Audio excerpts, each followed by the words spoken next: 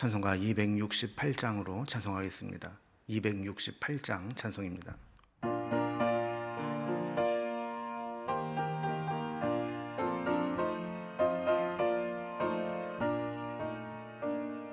죄에서 자유를 얻게 함은 보혈의 능력, 주의 보혈. 시험을 이기고 승리하니 참 놀라운 능력이로다.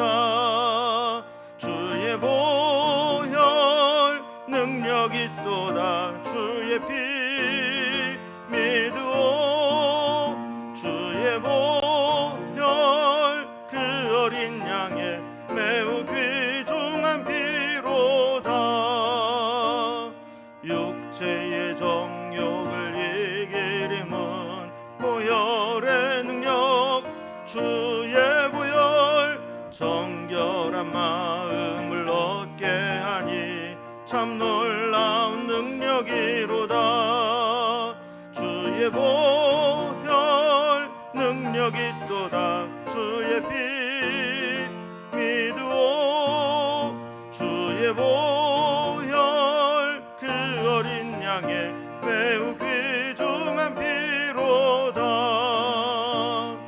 눈보다 더 이게 맑히는 것 보혈의 능력, 주의 보혈. 부정한 모든 것 맑히시니 참 놀라운 능력이로다. 주의 보혈 능력이 있도다. 주의 피 믿으오. 주의 보혈 그 어린 양의 매우 귀중한 피로다. 구주의 복음을 전할 제목 보혈의 능력, 주의 보혈. 날마다 나에게 찬송 주니 참 놀라운 능력이로다. 주의 보혈 능력이 있도다. 주의 피 믿으오. 주의 보혈 그 어린 양의 매우 귀중한 피로다. 아멘. 오늘 함께 나눌 하나님 말씀은 신약성경 히브리서 9장 11절에서 22절까지 말씀입니다. 히브리서 9장 11절에서 22절까지 신약성경 361면입니다. 말씀을 제가 봉독하겠습니다. 그리스도께서는 장차 좋은 일에 대제사장으로 오사 손으로 짓지 아니한 것 곧 이 창조에 속하지 아니한 더 크고 온전한 장막으로 말미암아 염소와 송아지의 피로 하지 아니하고 오직 자기의 피로 영원한 속죄를 이루사 단번에 성소에 들어가셨느니라. 염소와 황소의 피와 및 암송아지의 죄를 부정한 자에게 뿌려 그 육체를 정결하게 하여 거룩하게 하거든 하물며 영원하신 성령으로 말미암아 흠 없는 자기를 하나님께 드린 그리스도의 피가 어찌 너희 양심을 죽은 행실에서 깨끗하게 하고 살아계신 하나님을 섬기게 하지 못하겠느냐. 이로 말미암아 그는 새 언약의 중보자시니 이는 첫 언약 때에 범한 죄에서 속량하려고 죽으사 부르심을 입은 자로 하여금 영원한 기업의 약속을 얻게 하려 하심이라. 유언은 유언한 자가 죽어야 되나니 유언은 그 사람이 죽은 후에야 유효한즉 유언한 자가 살아있는 동안에는 효력이 없느니라. 이러므로 첫 언약도 피 없이 세운 것이 아니니 모세가 율법대로 모든 계명을 온 백성에게 말한 후에 송아지와 염소의 피 및 물과 붉은 양털과 우슬초를 취하여 그 두루마리와 온 백성에게 뿌리며 이르되 이는 하나님이 너희에게 명하신 언약의 피라 하고 또한 이와 같이 피를 장막과 섬기는 일에 쓰는 모든 그릇에 뿌렸느니라. 율법을 따라 거의 모든 물건이 피로써 정결하게 되나니 피 흘림이 없은즉 사함이 없느니라. 아멘. 우리는 어제 본문에서 옛 언약에 의해 율법에 따라 대제사장이 된 자들의 한계점을 살펴보았습니다. 그러면서 그 제사제도의 예법과 또 이 땅에서 지은 성소가 꼭 필요한 기능을 해온 것은 사실이지만 그것에는 유효기간이 있고 육체의 예법일 뿐 개혁할 때까지만 맡겨둔 것이라 그랬습니다.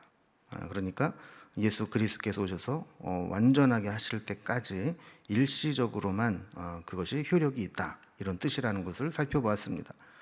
오늘은 율법을 따라 제사장이 된 자들의 사역의 한계점들, 그것들을 극복하기 위해서 하나님이 새 언약으로 세우신 예수 그리스도가 어떤 사역을 하셨는지 여기에 대해서 설명을 합니다.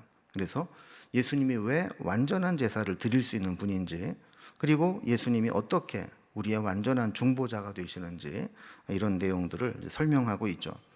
오늘 본문의 내용을 단락별로 구분을 해보면 11절에서 14절까지는 하늘의 성소에서 행하신 대제사장 예수님의 사역에 대해서 설명합니다.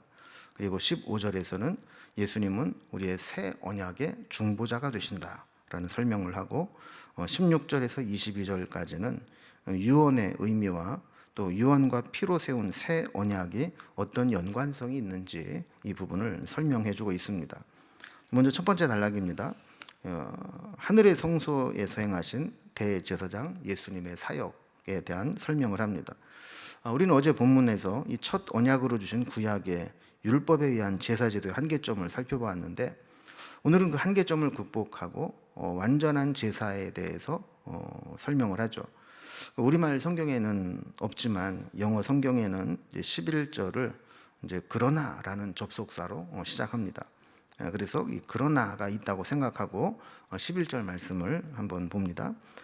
그리스도께서는 장차 좋은 일에 대제사장으로 오사 손으로 짓지 아니한 것 곧 이 창조에 속하지 아니한 더 크고 온전한 장막으로 말미암아 염소와 송아지의 피로 하지 아니하고 오직 자기의 피로 영원한 속죄를 이루사 단번에 성소에 들어가셨느니라 그랬습니다. 그러니까 첫 번째 언약의 율법에 의해서 대제사장 된 자가 드리는 제사의 한계점이 있다고 그랬죠.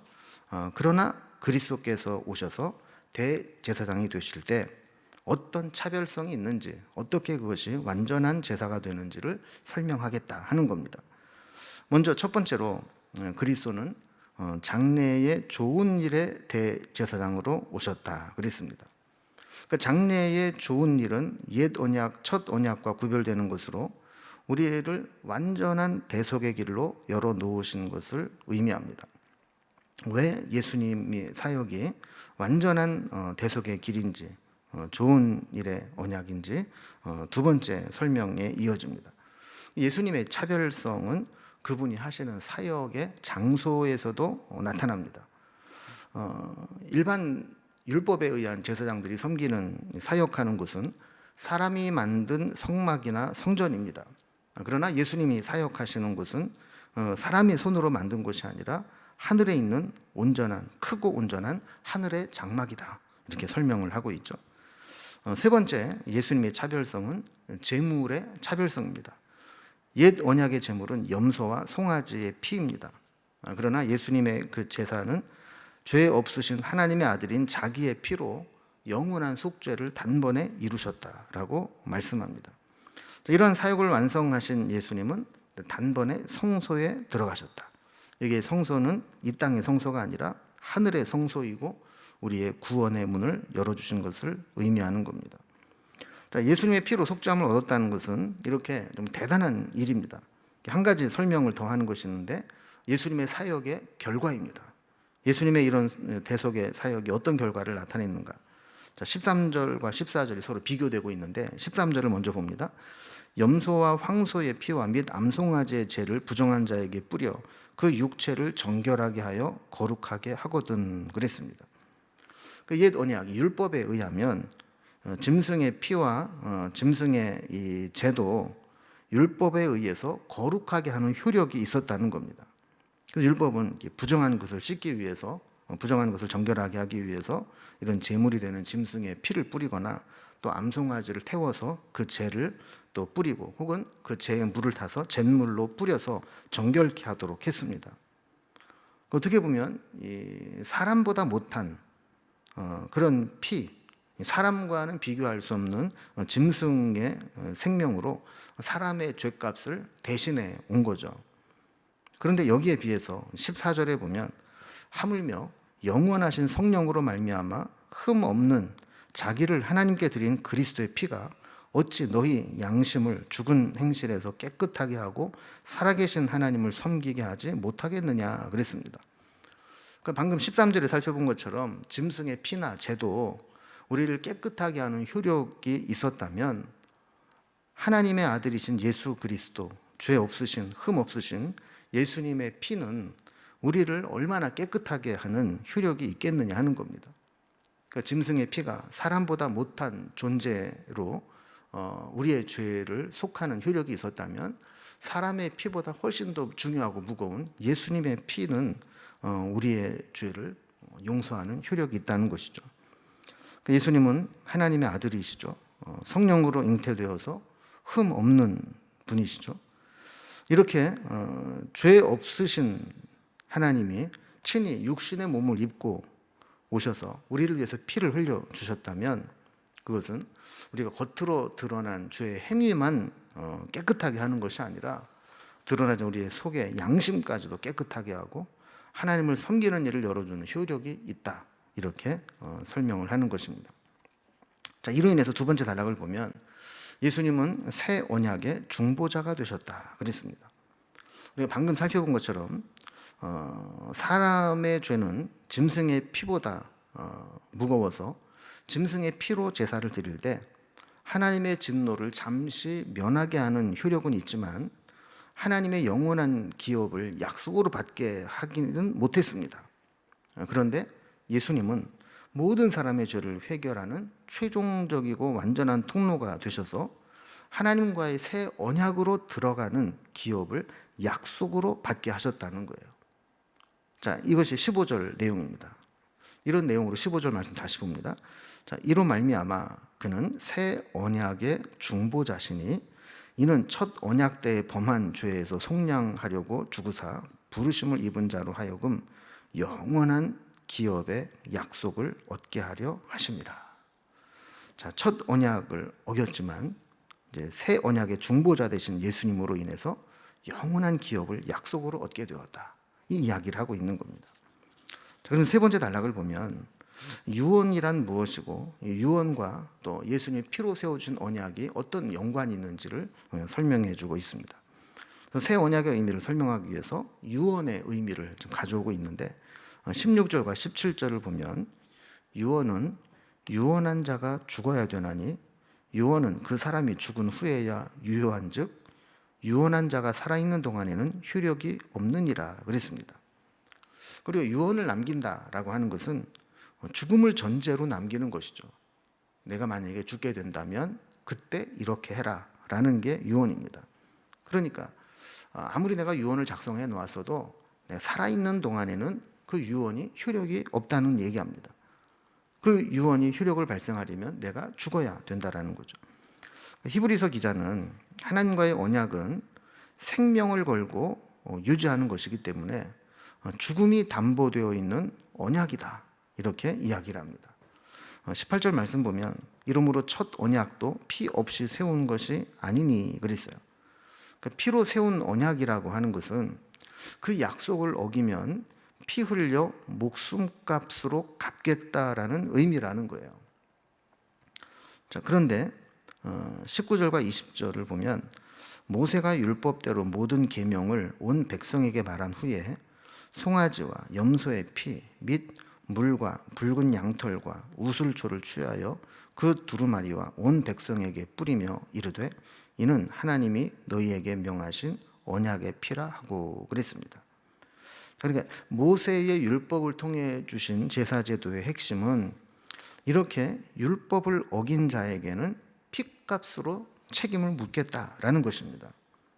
단 죄를 지었다고 해서 그 사람의 피값을 찾는 게 아니라 대신에 송아지와 염소의 피로 대신하겠다 하는 것이 구약의 제사제도의 핵심이라는 거예요. 그리고 붉은 양털과 우슬초에 담근 물을 뿌려 깨끗하게 하겠다라고 했습니다. 이것은 그걸 뿌린다고 진짜 깨끗해지는 것이 아니라 하나님께서 그렇게 깨끗한 것으로 여겨주시겠다라는 겁니다. 이것이 하나님과 하나님 백성 사이에 세운 언약이라는 것이죠. 이 정결법은 사람에게만 해당되는 것은 아니었습니다. 21절에 보면 또한 이와 같이 피를 장막과 섬기는 일에 쓰는 모든 그릇에 뿌렸느니라 그랬습니다. 사람도 살다 보면 죄를 짓듯이 장막이라든지 제사를 위해 쓰는 그 기물들, 그릇들 이런 것들도 오염이 될 수 있는데 그럴 때는 마찬가지로 이렇게 피를 뿌려서 정결하도록 했다 그럽니다. 22절에 보면 율법을 따라 거의 모든 물건이 피로써 정결하게 되나니 피 흘림이 없은즉 사함이 없느니라 그랬습니다. 자, 이것이 피의 언약입니다. 그러니까 죄는 언약을 깨는 것이고 언약은 피의 언약이기 때문에 언약을 깬 죄를 지은 자는 피 흘림으로 사함을 받아야 된다는 것이죠. 자, 옛 언약이 이렇게 피로 그 죄값을 감당해야 된다면 새 언약은 어떤 의미가 있을까요? 짐승을 제물로 잡아서 피 흘려 대속하는 옛 언약과 달리 새 언약은 하나님의 아들 예수 그리스도께서 우리를 위해서 피 흘려 주셨다라는 것입니다. 예수님의 피값은 우리의 죄보다 무겁기 때문에 우리의 모든 죄를 완전하게 사하는 능력이 있습니다. 즉 우리가 죄사함을 받은 것은 예수님의 목숨값입니다. 예수님이 우리 대신 우리의 죄의 저주를 당하셨기 때문에 우리는 죄로부터 자유로울 수 있는 것이죠. 하나님은 죄가 쳐놓은 그물에서 벗어나 세상의 돈이나 쾌락이나 명예를 쫓지 않고 하나님을 섬기며 하나님의 언약을 이루고 하나님을 향하여 살아가기를 원하십니다. 이것이 예수님이 우리를 위해 흘려주신 보혈의 능력입니다. 보혈의 능력은 우리의 죄를 용서하실 뿐만 아니라 죄의 유혹을 이겨내게 하며 죄의 저주로부터 우리를 해방시켜주는 능력이 있습니다. 이것이 예수님을 통해 이루신 새 언약입니다. 예수님이 죽으심으로 이 언약이 우리에게 성취된 것입니다. 그래서 우리는 예수님의 그 새 언약을 생각할 때마다 감사하는 마음 더불어 이제 내 대신 예수님의 피값으로 내 죄를 대신했으니 주를 위해 살겠다라고 하는 헌신의 마음, 이것을 함께 가지고 살아가야 될 줄로 믿습니다. 기도하겠습니다. 하나님 아버지, 오늘 옛 언약과 새 언약에 의한 하나님과의 언약을 새롭게 정리할 수 있도록 인도해 주시니 감사합니다. 우리가 처음 받았던 구약의 옛 언약은 우리가 죄를 지을 때 그 죄값을 감당하기 위해서 짐승을 잡아 그 피값으로 우리를 정결케 하는 것이었습니다. 그러나 그것이 완전하지 못하기에 하나님은 우리에게 예수 그리스도께서 대신 우리의 죄를 대속하시고 그것을 믿는 자에게 영원한 대속의 언약을 베풀어 주셨습니다. 이 언약을 받은 우리들은 우리의 모든 죄로부터 자유할 뿐만 아니라 죄의 미혹으로부터 해방되게 하시고 죄의 형벌로부터도 벗어날 수 있는 은혜를 허락해 주셨습니다. 이제 앞으로 우리의 삶은 이 세상을 향하는 것이 아니라 우리를 대속해 주신 주님을 향하게 하시고 우리에게 언약을 베푸르신 하나님을 향하여 살아가는 삶의 방향이 이루어질 수 있도록 인도해 주옵소서. 오늘도 우리의 삶이 주님을 기쁘시게 하고 주님의 은혜에 보답하는 삶으로 살아가기를 원하며 예수님의 이름으로 기도드리옵나이다. 아멘. 각자의 기도 제목들로 자유롭게 기도하시겠습니다.